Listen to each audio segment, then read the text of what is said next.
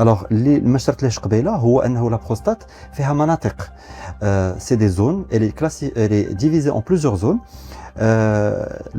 التضخم السليم ديال البروستات كيهم لا زون سنترال. الا شفنا هاد المركزيه الا شفنا هاد لو شيما ولا هاد لا ماكيت.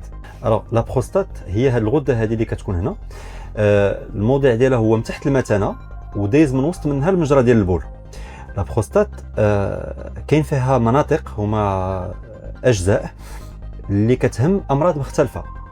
كاين التضخم السليم ديال البروستات كيهم هاد المنطقه اللي دايره بالمجرى ديال البول اللي هي لا زون دو ترانزيسيون، بعكس السرطان ديال البروستات اللي كيهم الجانب ولا المناطق الجانبيه ديال البروستات اللي هما في الجنب هنا اللور. داكشي علاش السرطان ديال البروستات ما كيعطيناش واحد الاعراض مبكرا، بالعكس التضخم ديال البروستات فاش كيكون واحد التضخم كيزير هذا المدوز ديال البول وكيخلي واحد انه المريض كيكون عنده واحد العسر في تخريج البول واعراض التهابيه اخرى واعراض احتباسيه كما شرنا لها.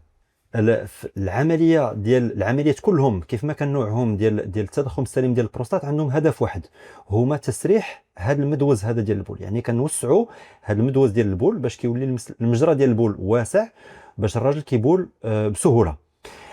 العمليه الجراحيه ديال السرطان ديال البروستات فاش كيكون مرتكز في لا بروستات كيكون الاستئصال التام ديال لا بروستات وديال الاكياس المنويه ديال لا بروستات. يعني هذه الغده كلها كتحيد وكتخيط المثانه مع الاحليل اللي هو المدوز ديال البول ابخي قبل من بعد من الاستئصال ديال هذه الغده كامله.